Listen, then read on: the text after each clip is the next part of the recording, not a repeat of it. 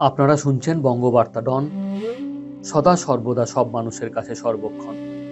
গণেশ চতুর্থীর দিনে গণেশের জীবন বৃত্তান্ত তো শুনছেন, কিন্তু পূজা করুন বা না করুন, গণেশের এই নামাষ্টক পরম স্তোত্র নারায়ণ স্বয়ং বলেছেন, যা উচ্চারিত হলে আপনার পরম প্রাপ্তি, যে নাম শ্রবণে পাপ বিমুক্ত হয়, সেই অষ্ট নাম গণেশের বলছি।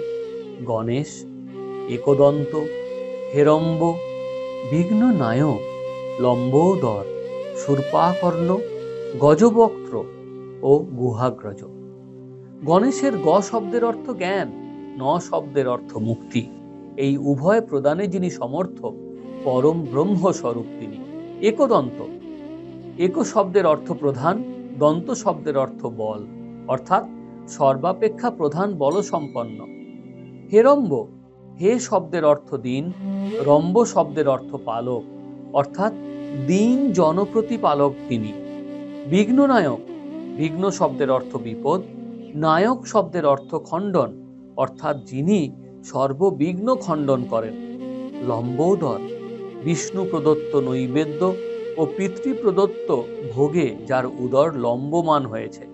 শূর্পাকর্ণ, যার শূর্পাকৃতি কর্ণদ্বয় বিঘ্ন নিবারণের কারণ এবং সম্পদ ও জ্ঞান স্বরূপ সেই শূর্পকর্ণকে প্রণাম করুন। গজবক্ত্র, গজেন্দ্র বদনযুক্ত তিনি। গুহগ্রজ, অর্থাৎ উনি গুহ অর্থাৎ কার্তিকের আগে মহাদেবের ভবনে আবির্ভূত হয়েছেন। সকল দেবতার অগ্রে পূজিত গুহাগ্রজ। যিনি ত্রিসন্ধ্যা গণেশের এই অষ্টনাম পাঠ করেন, তিনি সুখী ও সর্বতজয়ী হন।